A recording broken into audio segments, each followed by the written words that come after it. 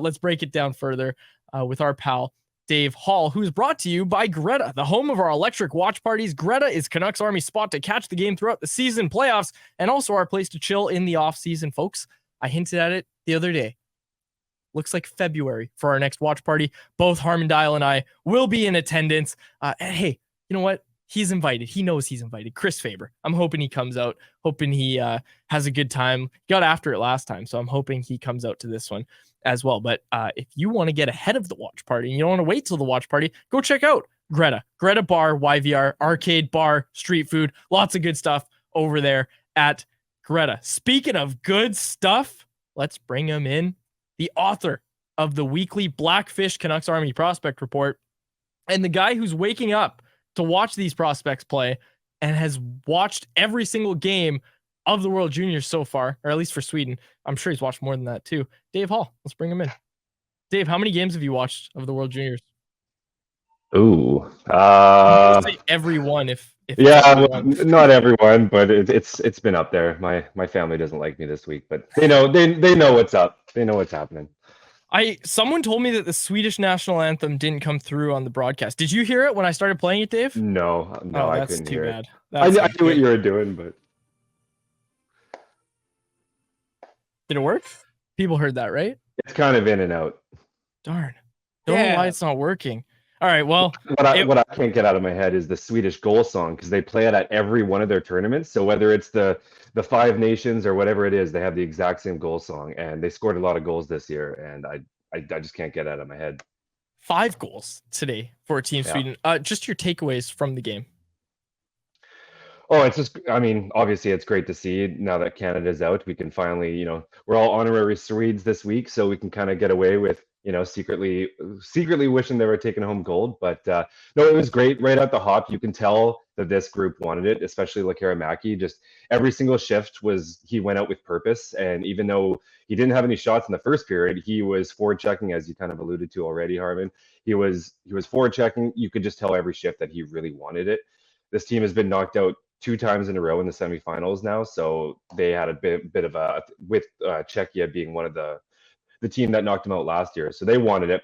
And Lekkerimäki was buzzing. Second period he had 3 shots. Third period he had 6 shots. He was just feeling it all game, and that third period was just absolute domination. So it's good for them to win. I was hoping it was going to be Finland there for a little bit, but we'll take US. Dave, you've watched Lekkerimäki closely in the SHL.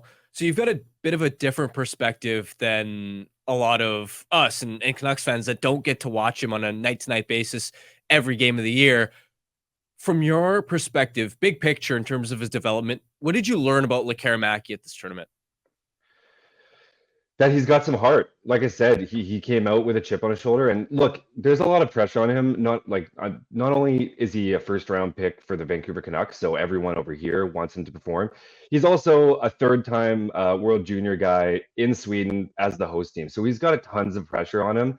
If he's not performing, Sweden's probably not going to be winning. So he's got a ton of pressure on him, and he's responded extremely well. And it's just been so impressive watching him go out. So just his relentlessness, and he had every excuse in the book to kind of mail it in and just not work off of what he had accomplished already this year. And he just showed everything that he had, and it's just nice to see, just almost on a personal level. It's just nice for him to thrive and showcase what he can do. Dave, I want to talk about Tom Willander because he's somebody I've noticed in this tournament. He had the secondary assist today with a strong back check, obviously, that kind of led to that. What have you made of his tournament so far, and the role that he's played? Yeah, it's kind of one of those situations where he's been quiet, but that's also kind of a good thing. If you watch him closely, he hasn't really been that quiet, but I can see how some people might think he's quiet because he's not out there doing the flashy things. He's not out there in the pressure moments scoring big goals like Axel Sandin Pellikka. But he's still making a huge presence. He's playing a ton of minutes now. He's increased his minutes as the tournament gone on. He's playing a huge role on the penalty kill, which before today was tops in the tournament. They allowed a goal, so they dropped down a percentage, which doesn't really mean much when you're only playing a couple games. But overall, he's playing a really good shutdown. Every single game, he tosses out a couple hits in his own end, and just he doesn't allow a lot of opponents to get past him. So overall, he's just doing a tremendous two-way job. And there's a couple times that you wish you saw a little more on his transition decisioning. But overall, he's just been sound, quiet, but very, very effective. And his skating ability is it's just second to none. He doesn't allow too many people getting past him. So, Dave, this question is going to come up because he scored a couple big goals. I gave my take yesterday, which came from Faber's take, and Faber really doesn't like Axel Sandin Pellikka. But Mr. Joke in our chat asked, do the Canucks already regret that they picked Willander over ASP? Your thoughts on that?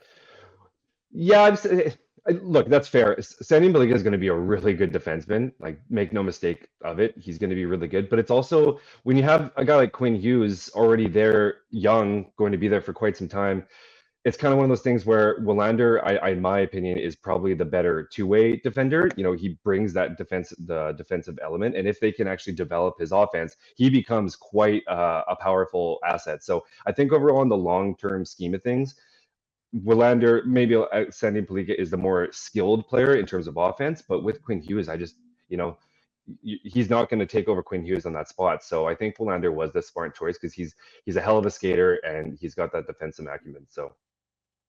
Alvin seemed to insinuate that he may spend another year in college next season as opposed to immediately turning pro.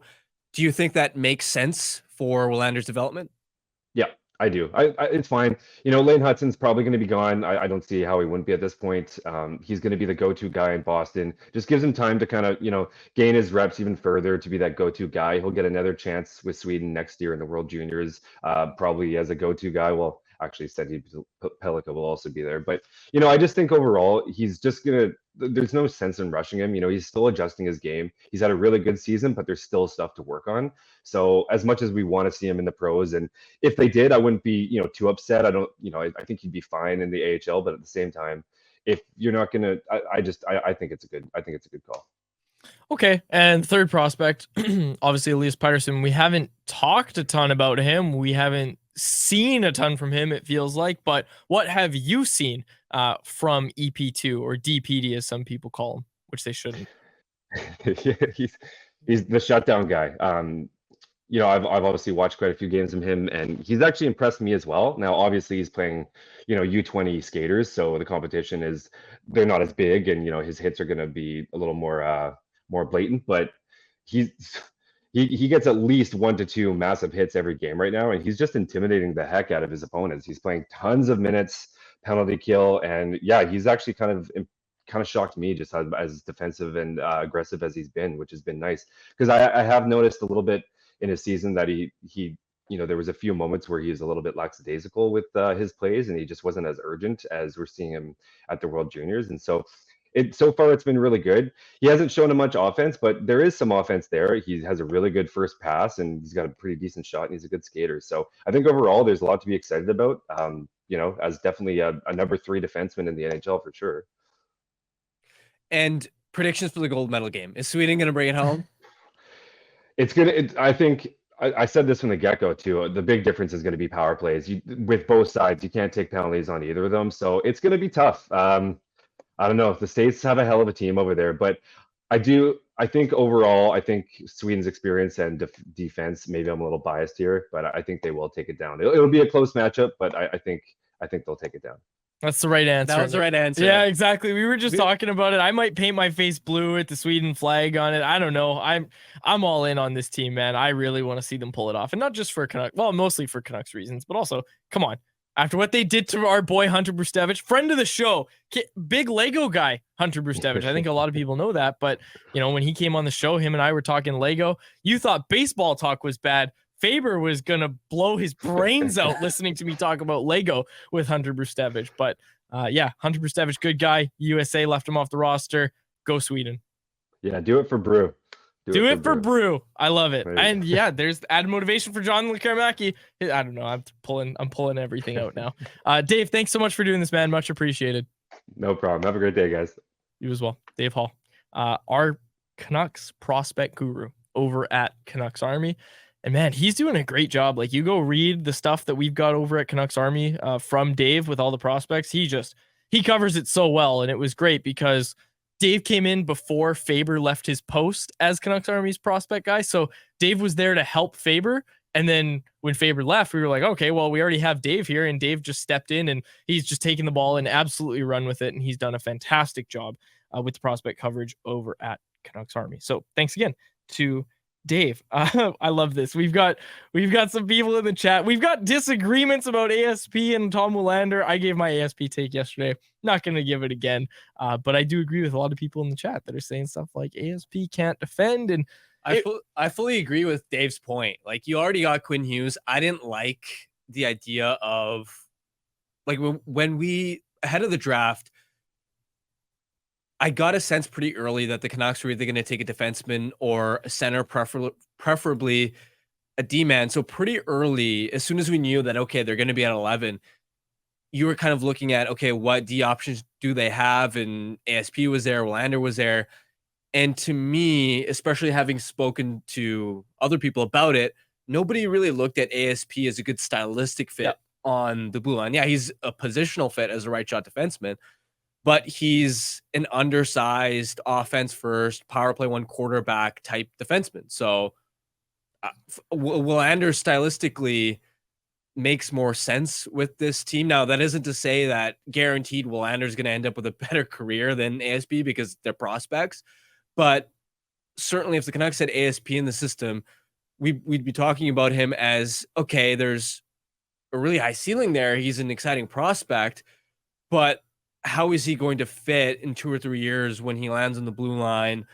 Are the Canucks even in a position to maximize his offensive output, given that you already have Hughes and now Hronek too? Because you got 2 defensemen now that are unreal offensively. You also get to a point now where, can you imagine down the road where if you had Hughes, Hronek, and ASP, and you're talking about you want to be the type of team that goes deep in the playoffs and win a Stanley Cup? I don't know if management would even have confidence in, you've got 3 guys that are not that big and making up half your blue line. Yeah, exactly. Yeah.